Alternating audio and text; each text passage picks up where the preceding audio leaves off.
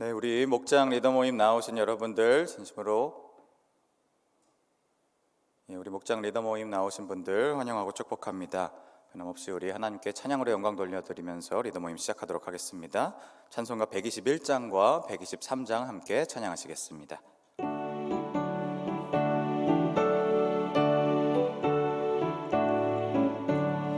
우리 구주나신 날 목자 영광 볼 때에 천사 찬송하는 말 예수가 연나셨네. 우리 힘금 우리 주 모두 함께 절하세.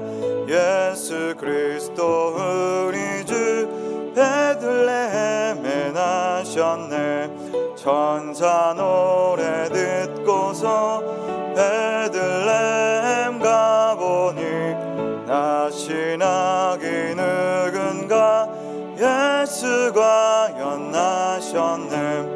우리 힘금 우리 주 모두 함께 절하세. 예수 그리스도 우리 주 베들레헴에 나셨네. 목자처럼 우리도 나아가서 엎디세. 오늘 다윗 성에서 예수가 연나셨네. 우리 힘금 우리 주 모두 함께 절하세.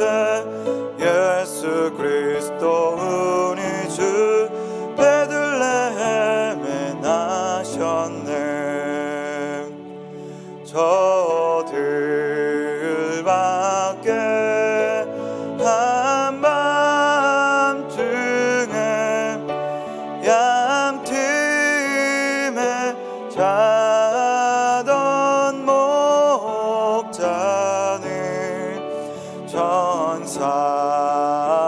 천사들이 전하여 준 주나신 소식 들었네. 노엘 노엘 노엘 노엘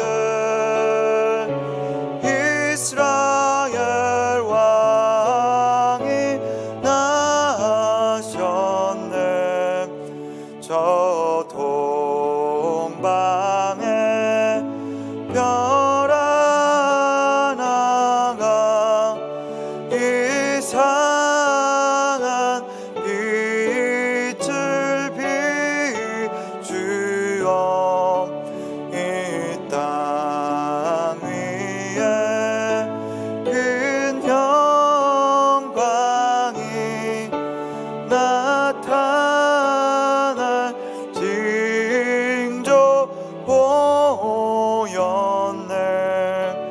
노엘 노엘 노엘 노엘 이스라엘 왕이 나셨네. 그 한 별이 베들레헴 향하여 바로 가더니 아기 예수 누신 집 보자 멈췄네. 노엘 노엘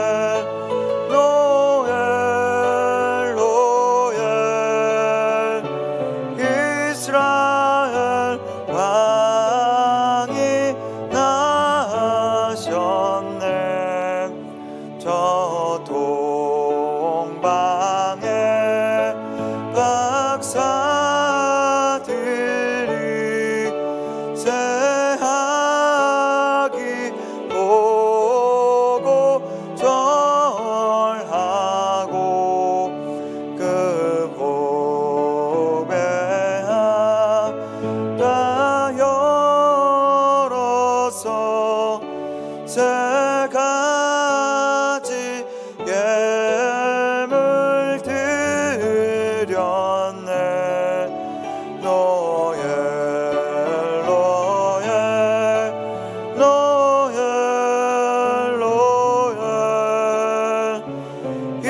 이스라엘 왕이 나셨네. 시간 우리 함께 기도하겠습니다. 우리 대림절기로 또 이 성탄의 절기를 함께 지나고 있는데요, 예수님께서 다시 오심을, 우리에게 오심을 또 기억하며 기념하는 이 절기를 지나면서 과연 우리는 예수님이 우리를 오시기에, 그리고 또한 우리 예수님을 모시기에 합당한 그런 모습을 갖춘 자들인지, 그런 모습으로 이 절기를 지나고 있는지 되돌아보며 예수님 모시기에 합당한 우리들의 모습 되게 주님 도와주시옵소서 기도하시면 좋겠고요. 그리고 또한 코로나 오미크론의 확산으로 인해서 다시 또 내일부터 사회적 거리두기가 강화된다고 합니다. 이 코로나의 상황이 하루빨리 주님의 개입하심과 또 섭리하심으로 인해서 완화될 수 있도록, 하루빨리 종식될 수 있도록을 위해서 함께 기도해 주시면 좋겠습니다. 마지막으로 단위 세우실 우리 한경국 목사님 힘주시고 권능 도와주셔서 힘있게 말씀 잘 선포하시는 시간 될 수 있게 주님 도와주시옵소서 기도하며 나아가실 때에 우리 주의 이름 3번 부르며 기도하며 나아가시겠습니다. 주여 주여 주여 주님, 주여 주님 인도하여 주시옵소서. 주님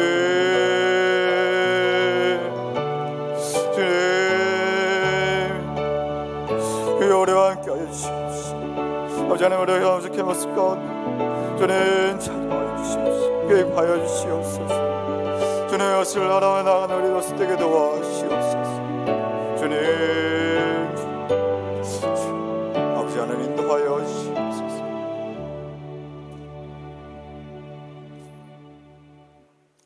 오늘도 우리를 불러서 하나님 말씀을 상고할 수 있는 귀한 시간 주시니 참으로 감사합니다. 이 시간도 성령님께서 우리의 삶의 자리에 함께하여 주시고 말씀을 깨달아 밝게 할 수 있는 귀한 우리 목자 부목자님들 다 될 수 있도록 주님께서 이 시간을 이끌어 주옵소서. 이 시간에 시종을 주님께 의탁드리었고 예수 그리스도의 이름으로 기도하옵나이다. 아멘. 자, 우리 사랑하는 목자 부목자님들, 우리 장로님, 권사님, 집사님들, 오늘 또 이렇게 뵙게 되어서 반갑습니다.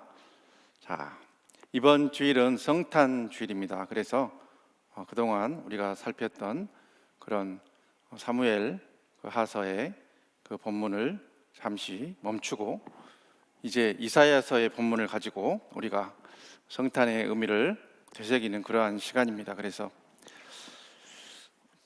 우리가 함께 나누어야 될 말씀은 이사야서 7장 14절의 말씀이니까 이사야서를 펴놓으시고 이렇게 오늘 우리 함께 목장 모임 준비를 하시면 되겠습니다. 제가 늘 드리는 이야기로 실제로 온라인으로 목장 모임 한다는 것이 거의 힘들고 또 오프라인으로 이렇게 대면으로 모임 하실 수가 없는 상황이기 때문에 우리가 참 왜 이런 것을 하냐 하는 그런 의문점이 있을 수도 있지만, 그럼에도 불구하고 이렇게 계속적으로 온라인 목장 리더 모임을 해나가고 있는 것은 이런 어려운 상황 속에서도 우리에게 귀한 목자 부목자의 사명을 주신 하나님의 은혜를 되새기고, 또한 우리에게 또한 이런 귀한 직분을 주셔서 영혼들을 섬길 수 있게 해주신 그 사명을 다시 한번 되새기면서 이렇게 조금이라도 더 연락하고 또 이렇게 동영상 링크라도 보내주고 하면서 우리에게 목원들에게 하나님의 은혜를 끼치고 또한 주의전에 올 수 있는 그런 마음을 주고, 또한 우리가 예배의 회복에 이바지하고자 이렇게 계속적으로 온라인 목장 리더 모임을 하는 것이니까, 이렇게 실시간이나 녹화 영상으로 이렇게 저와 또 이임 목사님을 이렇게 뵙는 분들은 복받은 분들이에요. 어찌되었든 간에 그 수백 명의 목자 부목자님들 가운데서 이렇게 마음에 원하든지 원하지 않든지 이 시간에 나와 있는 분들은 선택받은 분들이고, 또 어떻게 하면 또 더 하나님의 말씀을 알아볼까, 또 어떻게 하면 더 잘 준비해서 주일 말씀 은혜 가운데 받아볼까, 또 받은 바 은혜를 더 잘 우리 목원들에게 전달해 볼까 하는 그런 귀한 그런 마음들이 있는 분들이니까 참 칭찬해드리고 참 격려해드리고 싶습니다. 그래서 우리 귀하신 권사님, 집사님들 지금 어디에 직장에 계시든지 가정에 계시든지 하나님께서 이렇게 폰 앞에 컴퓨터 앞에 모여 있는 우리 권사님 집사님들 다 보고 계시고 잘하고 있다 칭찬해 주신다는 것을 기억하면서 오늘도 힘내시고 짧은 시간이나마 이렇게 귀한 은혜의 시간 또 주일의 말씀을 더 잘 받기 위한 준비하는 귀한 시간으로 이 시간을 활용해 주시면 감사하겠습니다. 자, 이번 주간의 말씀의 제목은 예수님께서 어떻게 오셨는가 하는 그런 말씀이에요. 예수님께서 어떻게 오셨는가. 그래서 이사야서 7장 14절에 예언되어 있는 그 임마누엘의 말씀, 우리가 잘 아는 말씀을 가지고 그 말씀을 세 부분으로 나눠서 이렇게 3대지로 이렇게 말씀이 주어지게 되는데, 먼저는 우리가 그 성탄절에 우리가 꼭 해야 되는 인사가 있죠. 메리 크리스마스입니다. 메리 크리스마스. 우리 앞에 있는 목사님들부터 옆에 있는 목사님들 보면서 또 가정에서도 저를 보면서 오른손을 들고 메리 크리스마스 인사하겠습니다. 메리 크리스마스, 메리 크리스마스. 이 메리 크리스마스가 자, 한글로 써드릴게요. 메리 크리스마스. 그런데 이제 한 10여 년 전부터 이제 북미에서는 너무 기독교적인 색채를 많이 드러낸다. 뭐 여기 이 나라에는 예수 믿는 사람만 있는 게 아니고 유대교 신자도 있고 또 이슬람교 신자들도 있고 불교 신자들도 있고 한데 왜 메리 크리스마스에서 굳이 예수님에 대해서 강조를 하느냐. 연말에 그렇게 이렇게 즐거운 분위기로 휴일을 보내는 것은 참 기쁜 일이지만 꼭 그렇게 기독교적인 색채를 드러내서 예수님 이야기를 할 필요가 있느냐 하면서 그래서 이제 쓰게 된 말이 해피 할러데이란 말이에요. 해피 이제 우리가 쓰는 발음으로 해피 홀리데이, 영어 발음으로 할러데이라고 그러는데, 그러면서 이 말은 뭔 말이냐? 행복한 공휴일 되세요, 행복한 휴일 되세요, 이런 말이에요. 해피 할러데이. 근데 이제 또 그 여기에서 또 이제 이번에 그 유럽 유니온 EU에서 또 메리 크리스마스 쓰지 말라고 하면서 뭐 해피 그리팅스 뭐 이런 표현을 써라고 했다고 그래요. 모든 것들이 우리가 마음껏 예수님에 대해서 자랑할 수 없게 만드는 그러한 흐름들이 전 세계적으로 형성되고 있다는 것을 우리가 알 수가 있고, 그도 그럴 것이 우리가 이제 예전에 TV를 보면은 이 시즌이 되면은 성탄 트리도 나오고 또 여러 가지 그런 예수님의 이야기들이 자연스럽게 믿는 사람이나 믿지 않는 사람이나 또 미디어를 통해서 주어졌는데, 최근에는 그런 것들이 많이 줄어든 것을 우리가 이렇게 느끼실 수 있잖아요. 또 불교계에서는 본인들은 이렇게 국립공원 입구라고 그래가지고 무단으로 이렇게 통행료 가운데 그 문화재 관람료라 그래서 그 1년에 수백억에 달하는 그런 이 수익을 자동적으로 창출하게 해놓는 그런 짓을 하면서 이제는 뭐 시청 광장이라든지 또 관공서 안에 성탄트리 세우는 것조차 공개적으로 반대하고 있는 그러한 흐름들이 또 한국의 불교계를 중심으로 이 땅에 일어나고 있는 것들이 그 현실입니다. 그럼에도 불구하고 이런 모든 것이 우리를 불편하게 하고 예수 믿는 사람들을 힘들게 하는 상황 속에서 우리가 꼭 기억해야 될 것은, 성탄절은 이유 불문 참으로 기쁜 날이고 참으로 은혜되는 날이라고 하는 사실입니다. 그래서 우리가 즐길 수 있을 만큼 즐겨야 되고 누릴 수 있을 만큼 누려야 되고, 가정에도 또 뭐 성경적인 그런 의미는 그렇게 많이는 없지만 성탄절을 생각할 수 있는 뭐 작은 트리라든지 카드라든지 또 어떤 장식이라든지 이런 것들을 꼭 하실 수 있으면 해가지고 자녀들에게도 이런 성탄절의 의미를 되새길 수 있도록 하는 것이 중요하다 하는 것을 생각하면서 기쁨으로 성탄절 맞으실 수 있기를 부탁을 드립니다. 자, 성탄에 대해서 우리가 이야기를 하면서 예수님에 대해서 이야기를 해야 되는데, 간단하게 이사야서에 대해서 우리가 또 살펴보겠어요. 이사야서는 총 66장으로 되어 있죠. 마침 우리 교회에서 이제 지금 하고 있는 예레미야서 직전에 이사야서를 2달 넘게 이렇게 그 새벽기도 말씀으로 다뤄서 많은 분들이 또 은혜 받고 또 공부를 하셨을 텐데, 이사야서는 1장부터 39장과 40장부터 66장으로 나눠져 있어요. 시간적인 기준은 1장부터 39장은 이 바벨론 포로, 바벨론 유수라 그러는데 이전, 이것은 이제 그 잡혀간 이후의 이야기가 중심으로 이렇게 기록이 되어져 있고, 여기에서는 이제 유다와 아수르의 그런 이야기들이 중심으로 기록이 되어져 있고, 그래서 유다에 대한 하나님의 정죄의 메시지가 1장부터 39장에는 중심적으로 기록이 되어져 있어요. 근데 이제 40장부터 66장에서는 이제 남은 자들이 바벨론에서 돌아온 바벨론의 포로 귀환에 대해서 예언이 되어져 있는 말씀이에요.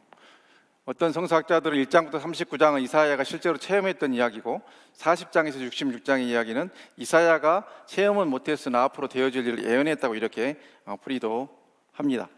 그런데 이제 또 40장에서 66장은 시련 후에 위로의 메시지가 주로 주어져 있어요. 자, 그래서 오늘 우리가 이제 나누게 되는 이사야에서 7장 14절의 이 말씀은 이 부분에 해당되는 말씀이에요. 그런데 6장은 우리가 잘 아는 제단 숯불을 가져다가 이 스랍 전사가 이사야 입술에 대는 이사야 소명장이에요. 이사야 소명장. 자, 그런데 이 소명장에서 여기에 이제 이야기를 또 우리가 살펴봐야 되는데, 우리는 이제 한글 성경에는 이사야서가 거의 전체적으로 산문으로 되어 있어요. 한글 성경에는. 그런데 실제로 이사야서의 많은 부분은 시예요. 이사야서의 한 80% 이상은 시예요. 시. 그런데 한글 성경에서는 그런 특징을 전혀 드러내고 있지 못해요. 근데 이제 이 산문의 부분에서 크게 두 가지의 이런 이야기가 있어요.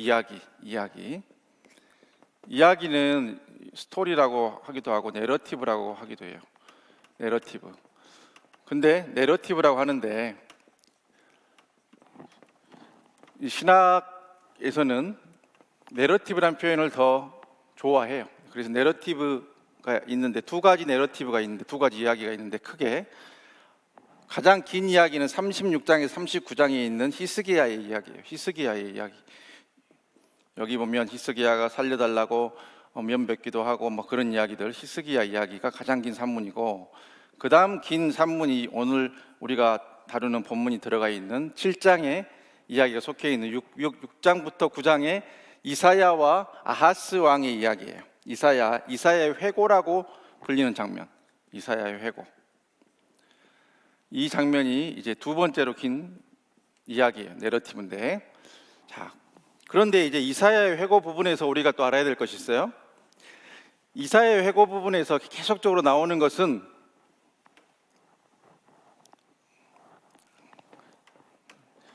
아기 모티브예요. 베이비. 그러니까 우리가 지난 시간에 제가 강의하고 있는 창세기반 종강을 했는데, 거기에서는 요셉 이야기를 하면서 요셉은 옷을 중심으로 해서 계속적으로 그 내러티브가 이어지는 것을 볼 수가 있어요. 옷에 대한 모티브, 간단하게 말씀드리면 요셉이 채색 옷, 그 다음에 보디바르 아내에게 벗겨진 옷, 그 다음에 세마포 옷, 이렇게 옷의 내러티브가 있어요. 요셉은 채색 옷은 야곱의 사랑받는 아들이었어요. 그런데 이 옷이 벗겨짐으로 말미암아 사랑받는 아들에서 노예로 전락이 돼서 팔려가요. 근데 노예로 전락돼서 살다가 보디바르 안에 있으면서 그 옷이 벗겨짐으로 인해서 노예에서 죄수로 전락돼요. 옷의 내러티브, 옷의 모티브. 근데 나중에 이제 이 술 맡은 관원장이 해석한 것을 잘 이제 그것을 이야기해주기 위해서 바로의 그런 꿈을, 그 애굽의 흉년과 풍년이 7년 주기로 일어난다는 것을 잘 해석하고 나서 총리 대신이 되면서 입었던 옷이 바로 세마포 옷이에요. 죄수에서 한 번에 총리가 되는 거예요. 총리가. 이것이 요셉에게 있는 옷의 내러티브, 옷의 모티브예요. 자, 그런데 이것과 비슷하게 이사야서에서 6장부터 9장 두 번째 긴 이야기 내러티브 가운데 있는 것은 베이비 모티브예요. 아기 모티브. 자, 여기 이야기는 이사야의 두 아들을 중심으로 이 이야기가 진행이 돼요. 이사야의 두 아들, 잘 들어보셔요. 이사야의 두 아들. 자, 먼저는 7장 3절에 이사야의 첫 번째 아들이 나와요. 이름이 나와요. 스알야숲이라고. 첫 번째 아들. 스알야숲은 남은 자가 돌아온다는 말이에요. 남은 자가 돌아오리라. 첫 번째 아들이에요. 남은 자가 돌아오리라. 남은 자가 돌아온다는 말은 첫 번째는 내포하고 있는 것이 심판이 있다는 거예요. 심판 가운데 또 회복이 있다는 거예요. 왜 심판이 있느냐? 남은 자가 있다는 것은 기존에 있는 사람들을 흩트고 거기에서 살아남는 자, 또는 어떤 포로 가운데 믿음의 정절을 유지해서 은혜를 입는 자가 있다는 이중적인 의미가 있어요. 그렇기 때문에 첫 번째는 심판이고, 그 다음은 돌아온다는 것이기 때문에 회복의 의미를 가지고 있어요. 그래서 스알랴숲이 의미하고 있는 것은 바벨론 포로 뒤에 귀환을 말하고 있어요. 자, 근데 이제 8장에 가면 두 번째 아들이 나와요. 8장 1절에도 이름이 나오고 3절 4절에 기록이 되기를 성경 보면은 읽어드릴게요. 내가 내 아내를 가까이 하며 그가 임신하여 아들을 낳은지라. 여호와께서 내게 이르시되 그의 이름을 마헬살랄 하스바스라 한다. 마헬살랄 하스바스. 이사야의 두 번째 아들의 이름이에요. 두 번째 아들의 이름. 이 아들은 노략이 속한다는 뜻으로 밑에 나와 있어요. 숫자 써 있고 관주 나와 있죠. 곧 니들이 침략을 당하게 되고 멸망당하게 될 것이다 하는 것을 상징하고 있는 거예요. 그래서 스알랴숲은 그 이후에 회복을 말하고 있고, 마헬살랄 하스바스는 노략이 속하다는 이야기로 해서 이제 이 유다 나라가 망하게 될 것을, 이렇게 아수르에 의해서 망하게 될 것을 상징하고 있어요. 멸망을 아수르에 의해서 멸망하게 될 것이라는 거예요. 자, 근데 이 두 아들의 이야기 중심 가운데 나오는 한 아들 아기의 이야기가 있으니 이것이 바로 임마누엘이라 이름하는 아이예요. 임마누엘. 그 처녀가 잉태하여 아들을 낳을 것이요 그 이름을 임마누엘이라 하리라 그랬어요.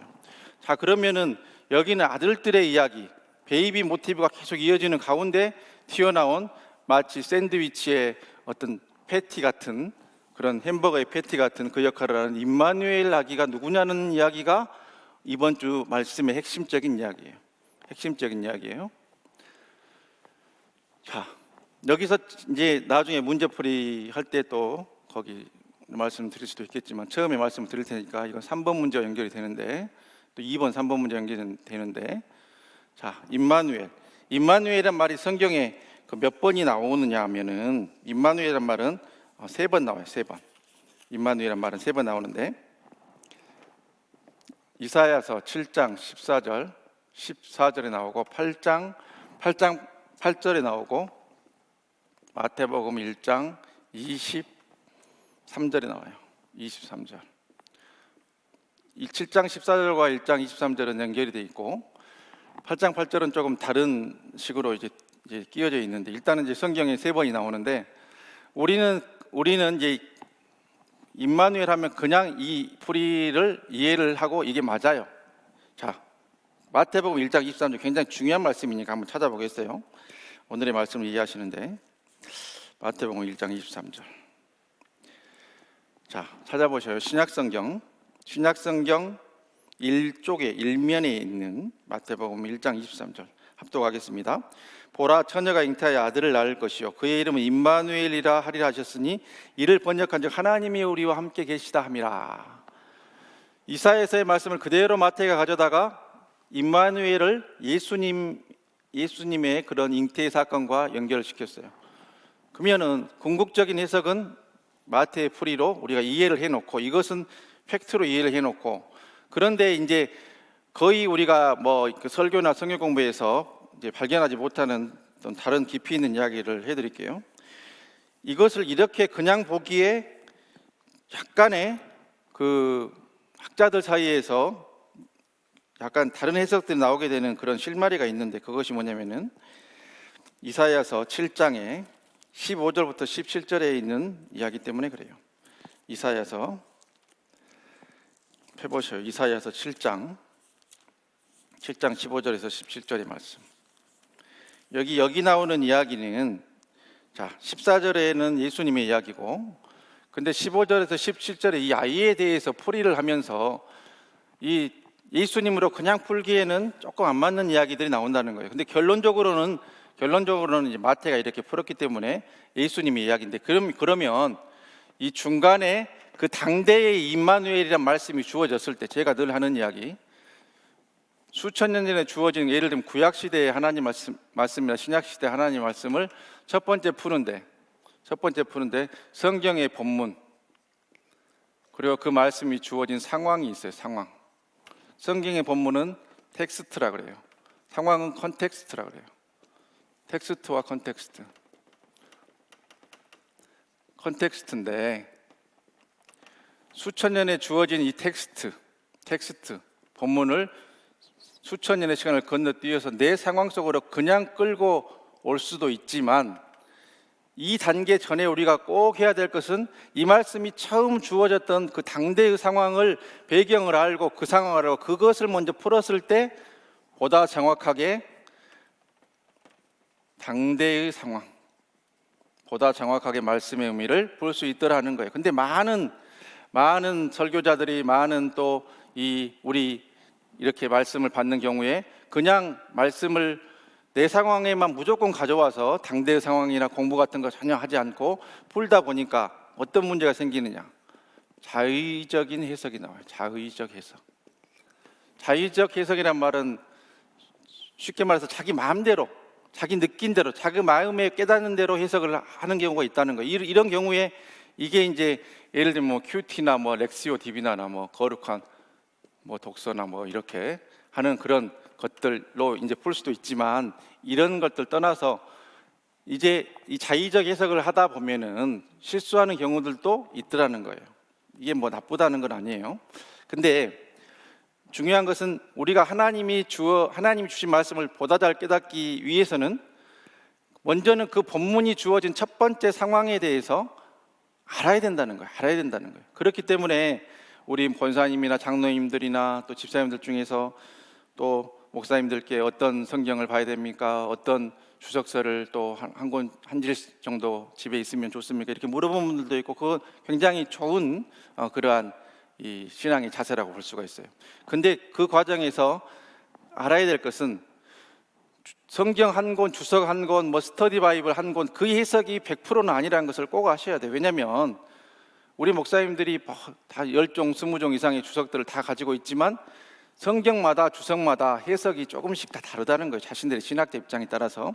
그래서 우리는 항상 그런저런 것을 해석할 때에 복음적인 해석을 중심으로 그것을 1순위로 이제 말씀들을 푸는데 어쨌든 이런저런 얘기를 하는 것은 임마누엘의 이야기는 궁극적으로 2700년 후에 오는 예수 그리스도를 예언한 말씀인데 첫 번째 이 말씀을 아하스가 받았을 때에 그 상황은 어떤 상황이었느냐 하는 해석들이 여러 가지가 있다는 것을 제가 보여드리기 위해서예요. 그것이 뭐가 맞는지는 제가 제 생각이 있을 수도 있지만 말씀을 안 드리고 일단은 예수님은 맞고 그렇게 이해를 하시고 그렇게 저도 믿고 여러분도 믿으란 말씀을 드리고 그것은 또 기독교의 그 전통적인 해석이기 때문에 또 마태가 그렇게 풀었기 때문에 근데 그 중간에 이 15절과 17절과 상반되는 구절에 의해서 이 아기를 어떻게 푸느냐는 거예요. 결론은 예수님이 맞고 그런데 중간에 예를 들면 우리나라의 유명한 그런 성서학자인 박윤선이라는 목사님은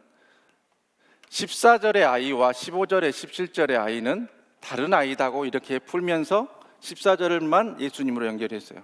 자, 그런데 또 우리 장로교회 창시자인 깔뱅이라고 하는 칼빈은 14절, 15절, 16절의 아이 각각의 아이가 다른 아이다 이렇게 풀었어요.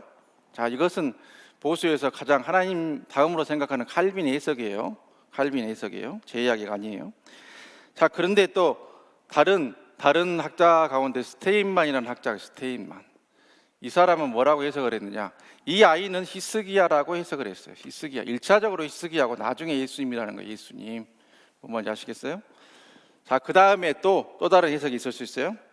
클레멘트라고 하는 그러한 또 주석을 하신 분이 유명하신 분이 뭐라고 해석을 했느냐? 이사야의 아내라고 이 어머니는 이사야의 아내고 이 자녀는 이사야의 자녀 중에 하나라고 해석을 했어요. 자, 그리고 또 여기서 말하는 처녀가 알르마라고 하는 단어인데 이 단어가 어떤 특정인을 말하는 것이 아니고 그 당시에 결혼 정령기에 있는 모든 어머니들을 가르친다고 하는 그러한 주장이에요. 그래서 제가 이런저런 말씀을 드리는 것은 14절의 아이는 궁극적으로 2700년 후 예수 그리스도를 예언하고 있는 말씀이에요. 그러나 그 당대의 상황 속에서 상충되는 부분 15절, 17절을 풀기 위해서 이런 다양한 해석들이 있어 왔다는 것을 이 정도를 그냥 듣고 잊어먹으셔도 아무 상관이 없어요. 기억하실 필요 하나도 없지만, 근데 성경의 결론은 복음으로 이끌어내면서도 이렇게 다양한 해석들이 존재하더라 하는 것을 제가 보여드리기 위해서 이렇게 풀어드렸어요. 그래서 이렇게 성경의 한 본문을 가지고도 이렇게 말씀으로 연구하신 많은 그런 목사님들, 또 신학자들이, 구약학자들이 이렇게 또 깊이 있게 연구를 하고 있구나 하는 것을 알고, 그리고 성경을 해석할 때에 내가 그 본문을 풀 때 그냥 옛날의 말씀을 무조건 내 생활에, 내 형편에 그냥 끌고 오는 게, 그게 그 속된 말로 맞고 품는 식의 그런 해석들이 어떤 때는 잘못된 해석일 수 있고 좀 위험할 수 있다 하는 정도는 알고, 그렇기 때문에 우리가 뭘 해야 된다? 하나님의 말씀에 대해서 배우고 공부를 해야 된다는 거예요. 연구를 해야 된다는 거예요. 그래서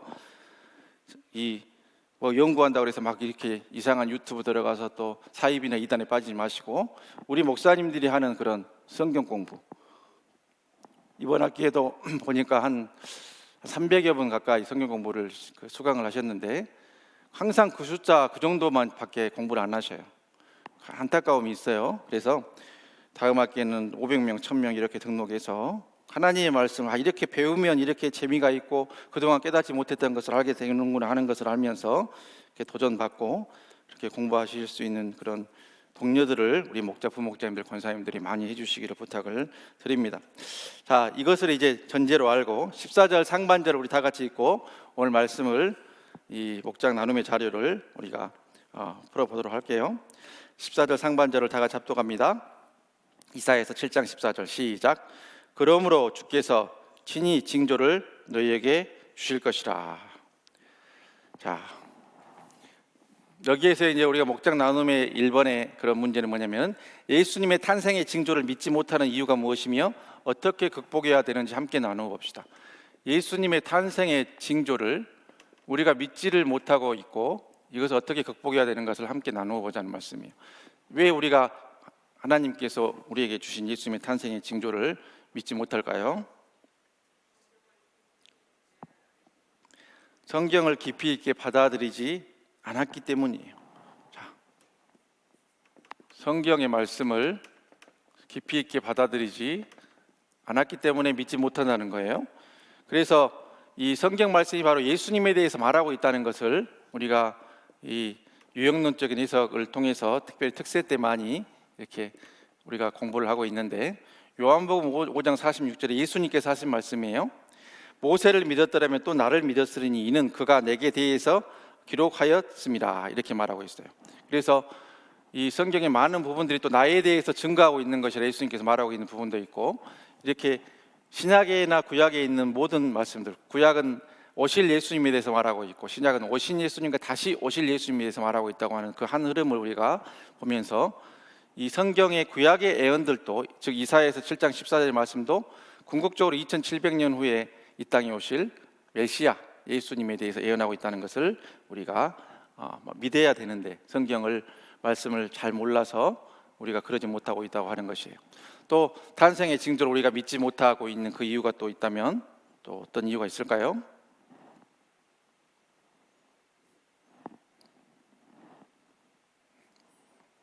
영적인 눈이 어두워져 있기 때문이라는 거예요. 지금 이제 이 누구라고 말씀 못하겠고, 우리 방금 답을 하신 목사님이 이 육신의 눈이 어두워져 있어가지고 이 본인의 순서를 모르고 계시지만, 그것과는 또 다른 이야기로 우리 영적인 눈까지 어두워져가지고 이 하나님의 예수님의 탄생의 징조를 깨닫지 못하고 믿지 못한다는 거예요. 여기에 이제 관련된 말씀은 마태복음 13장 13절 말씀에 이렇게 기록이 되어져 있어요. 예수님이 비유로 말씀하신 이유에 대해서 말하고 있는데, 내가 그들에게 비유로 말하는 것은 그들이 보아도 보지 못하며 들어도 듣지 못하며 깨닫지 못함이니라, 이렇게 말씀하고 계셔요. 그래서 예수님께서 쉽게 풀어서 천국 복음을 말하고 있다는 것이에요. 우리가 영적으로 무지하기 때문에, 영적인 귀가 열리지 않고 영적인 눈이 밝아져 있지 않기 때문에 예수님께서 천국 복음을 전하실 때 쉬운 그런 비유의 말씀으로 가르쳤다고 하는 그런 말씀이에요. 또 한 가지 더, 예수님의 탄생의 징조를 우리가 믿지 못하는 그 이유가 있다면은 어떤 이유가 있을까요?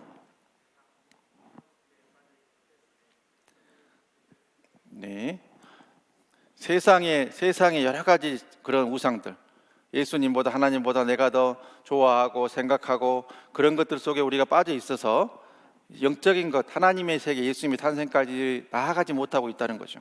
그래서 여기에 이제 여러 가지 말씀이 있겠지만 출애굽기 20장 3절 말씀에 십계명 말씀, 너는 나 외에 다른 신들을 내게 두지 말지니라 하는 그 말씀을 우리 함께 읽어보시고 관련 말씀을 드리겠습니다. 자, 그 다음으로 7절 중반절 말씀을 우리 다 같이 합독합니다. 시작. 처녀가 잉태하여 아들을 낳을 것이요. 자, 두 번째는 성령님에 의한 동정녀 탄생, 동정녀 탄생을 믿지 못하는 이유가 있고 이것을 어떻게 극복해야 되는지 함께 나누어보자 말씀이에요. 자, 여기서 이제 이 처녀라는 표현이 아까도 말씀드렸습니다만은 알르마라고 하는 단어인데, 알르마.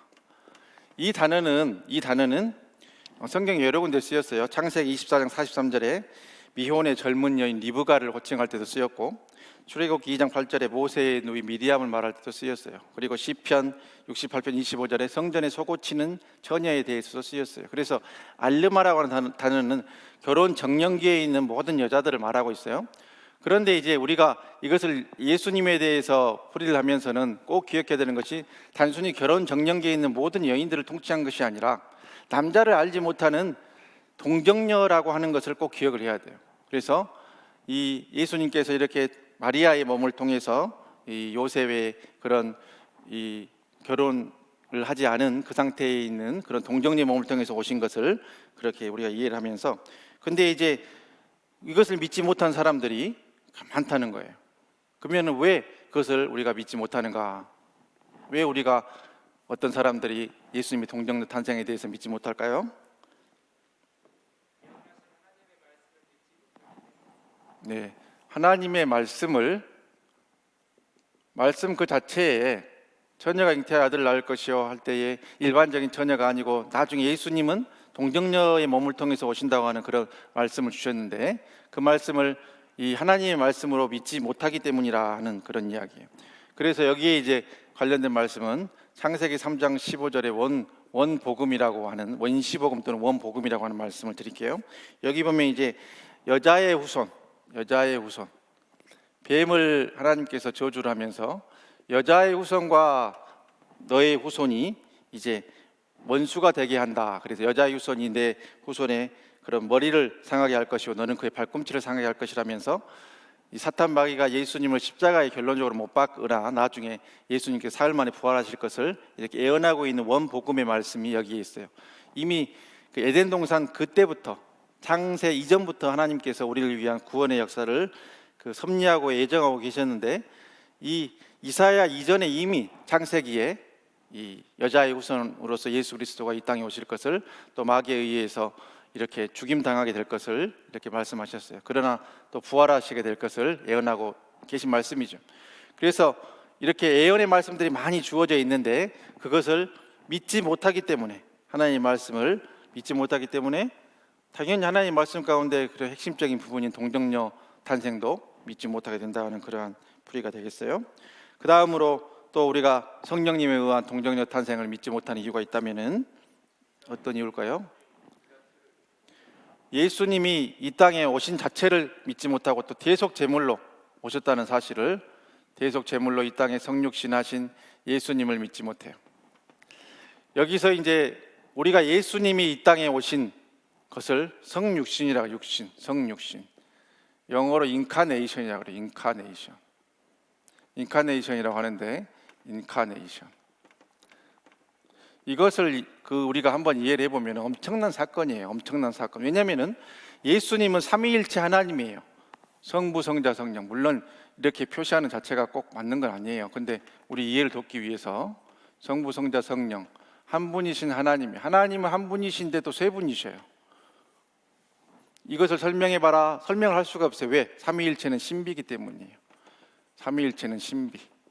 하나님의 세계이기 때문에 창조주의 세계를 인간의 피조물의 머리로 이해할 수가 없어요. 이 기억이 안 되는 머리로. 그래서 풀이를 해보려고 뭐 햇빛이 있는데 빛이 있고 열이 있고 에너지가 있고 뭐 아빠가 뭐 교회에서는 목사님이고 집에 가면 아빠고 남편한테는 아내고 회사 가면은 뭐 저기 뭐 또 뭐 다른 직급이고 막 이런 식으로 푸는데 그게 다 결함이 있어요. 왜? 하나님은 창조주시고 우리가 이 그린 삼각형부터 모든 것은 피조 세계에 있는 피조물의 세계에 빗대서 비유로 풀기 때문에 격이 안 맞는 거 쉽게 말해서 그래서 풀 수가 없어요. 그래서 삼위일체는 그 자체가 신비해요. 근데 왜 성육신이 중요하냐? 창조주 하나님이 창조주가 피조물에 와가지고 그 육신을 빌려서 구원의 역사를 이루신 사건이기 때문이에요. 그러니까 예수님의 잉태는 단순한 사건이 아니고 창조주가 피조물의 몸을 입으신 사건이에요. 엄청난 사건 아닙니까?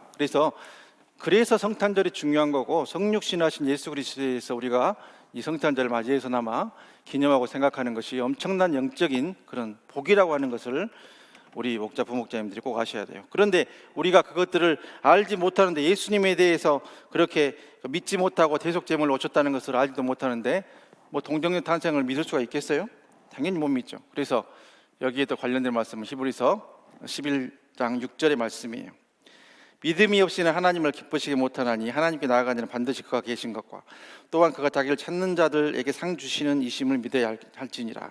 하나님께 나아가는 자는 하나님이 계신 것을 알아야 된다는 거예요. 하나님이 계신 것도 믿지 않는데 어떻게 그 계신지 안 계신지 그 하나님이 존재 자체가 불분명한데 어떤 사람의 마음속에는 그분이 예수님을 보냈는지 동정녀 탄생했는지 그것을 믿을 수 있겠어요?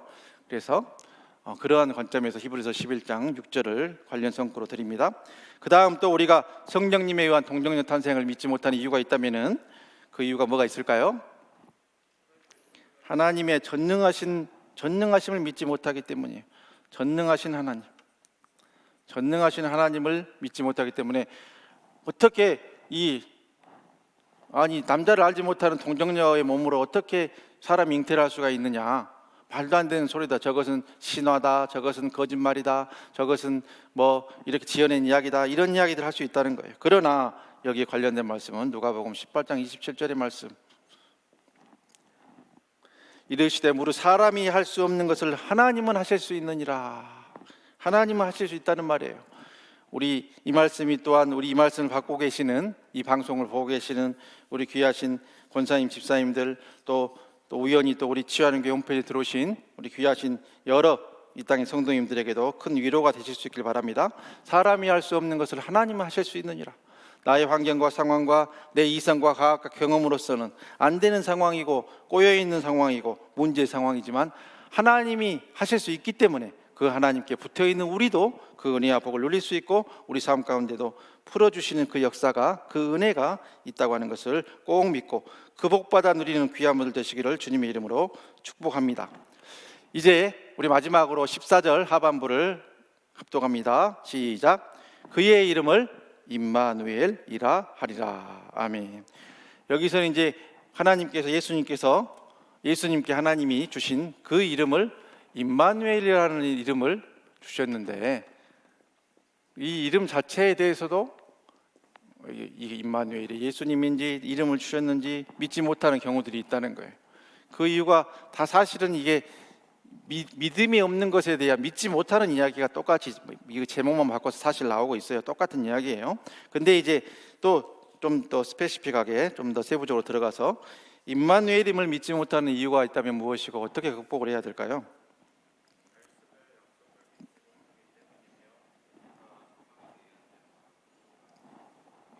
네, 다 같은 이야기인데 말씀을 통해 주신 하나님의 약속을 믿지 못한다는 거예요. 그렇기 때문에 임마누엘이라고 했는지 동정녀의 몸을 빌었는지 이런 것들에 대해서도 믿지도 못하고 또 확신이 있을 수가 없다는 그런 말씀이죠. 여기는 이제 우리가 오늘 아까 살펴봤던 말씀 마태복음 1장 21절에서 23절의 말씀. 여기 보면은 아까 마태가 풀었던 말씀 23절만 읽을게요. 보라 처녀가 잉태하여 아들을 낳을 것이요 그의 이름은 임마누엘이라 하리라 하셨으니 이를 번역한즉 하나님이 우리와 함께 계시다 함이라. 이 말씀이에요. 자, 그래서 아까 여러 관점에서 이 말씀 풀어드렸기 때문에 말씀 그대로 받고 넘어가겠어요. 그 다음 두 번째로 우리가 임마누엘의 그런 약속을 믿지 못하는 이유를, 그의 이름이 임마누엘이라는 것을 믿지 못하는 그 이유가 있다면 또 무엇이 있을까요?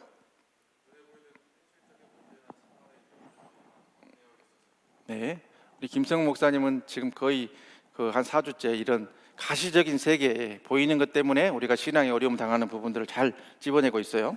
눈에 보이는, 내가 살아가고 있는 그 세계, 보이는 그 현실에 있는 것들에, 그런 것들에 얽매이거나 또 그런 것들 때문에 우리가 신앙이 깊이 있는 단계로 나가지 못한다는 거예요. 근데 이러한 것들 때문에 우리가 믿음이 생기지 않고 약해지는 상황 가운데 주고 있는 그 하나님의 말씀은 고린도후서 4장 18절의 말씀이에요.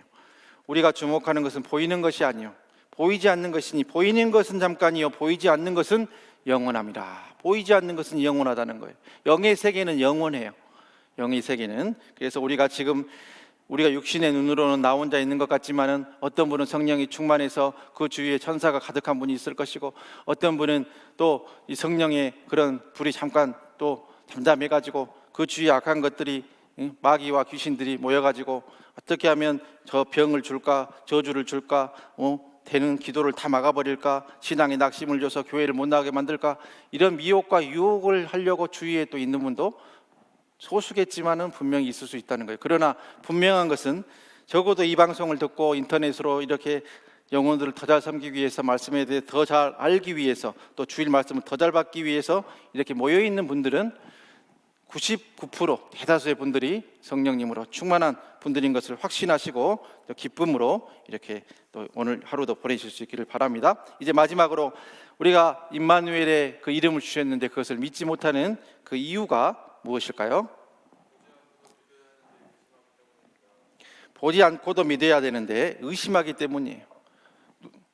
보지 않는 믿음이 없다는 거예요. 보지 않고 믿어야 하는데, 그러지 못하는 거.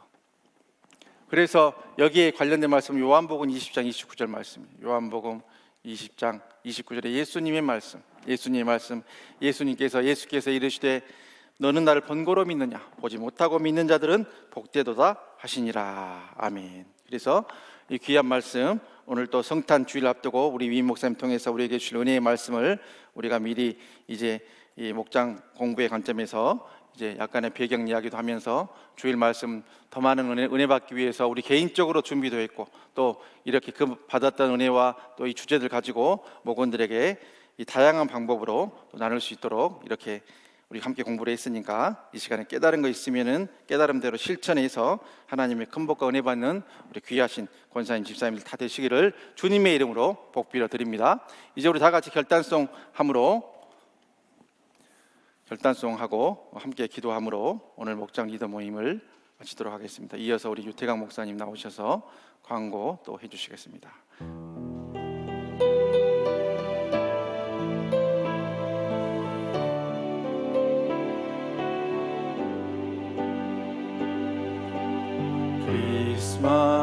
크리스마스에는 축복을, 크리스마스에는 사랑을, 주님과 만나는 그날을 기억할게요. 힘들어 지칠 때나 가슴 아플 때도 나에겐 주님밖에 없어요. 언제나 내 맘은 항상 주님 곁에, 언제까지라도 영원히 우리 함께 모여서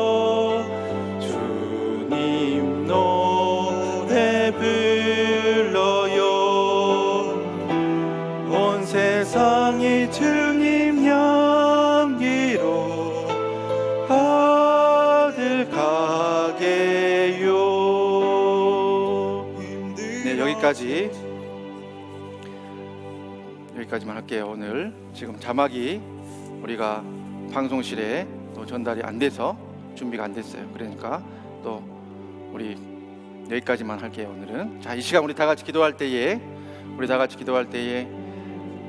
성탄절을 맞이해서 참으로 하나님께서 이렇게 창조주께서 피조물의 몸을 입으시고 이 땅에 오셔서 우리에게 구속과 대속과 정말 큰 은혜를 이렇게 내려주신 그 날인데, 우리의 삶은 이렇게 코로나19의 팬데믹으로 인해서 모든 것이 불안하고 모든 것이 부족하고 모든 것이 참으로 암울한 이러한 상황 속에서 더욱더 우리가 성탄절에 참 의미를 되새기고 하나님께서 독생자를 주시기까지 사랑해 주신 그 사랑과 은혜 속으로 더 깊이 들어가는 귀한 성탄주일 은혜 가운데 잘 맞을 수 있게 해달라고 우리 다 같이 주의 삼창하고 기도하겠습니다. 주여, 주여, 주여,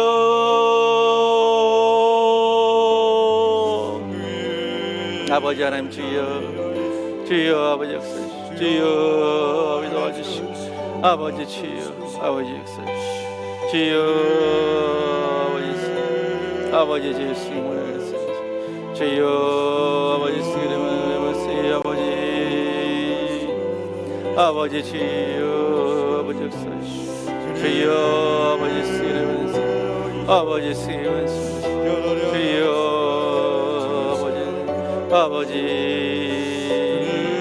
아버지 역사해 주시고 아버지 인도하여 주시옵소서.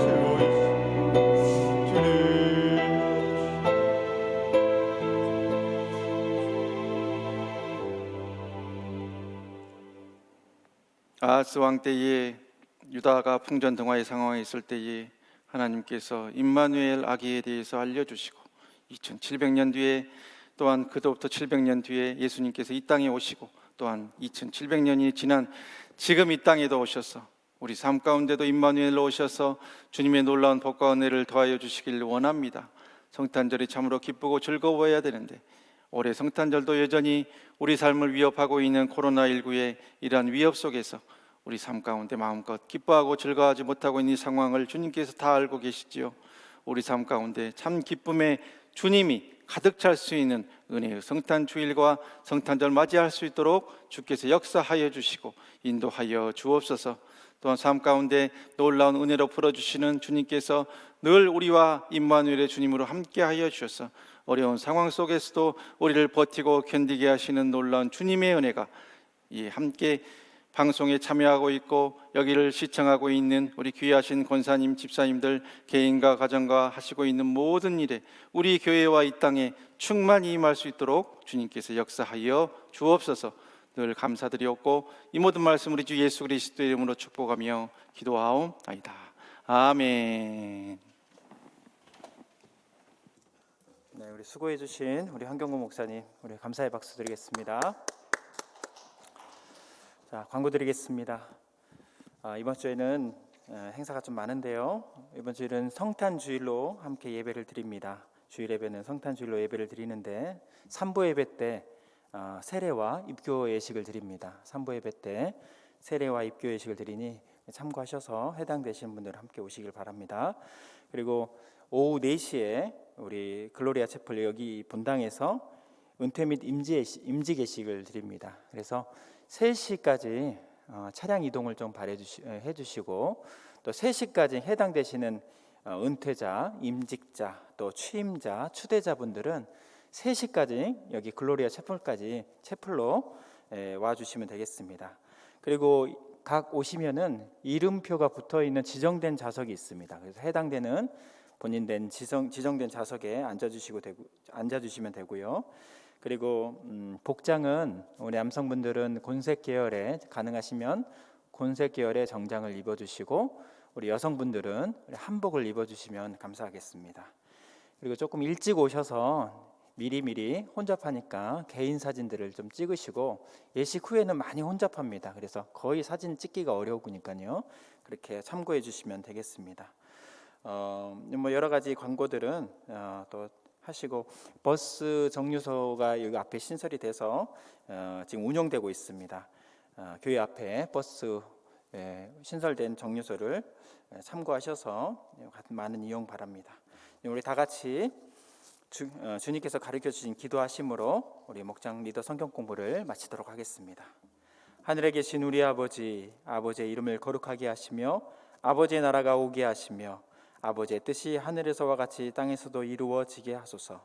오늘 우리에게 일용할 양식을 주시고 우리가 우리에게 잘못한 사람을 용서하여 준 것 같이 우리 죄를 용서하여 주시고 우리를 시험에 빠지지 않게 하시고 악에서 구하소서. 나라와 권능과 영광이 영원히 아버지의 것입니다. 아멘.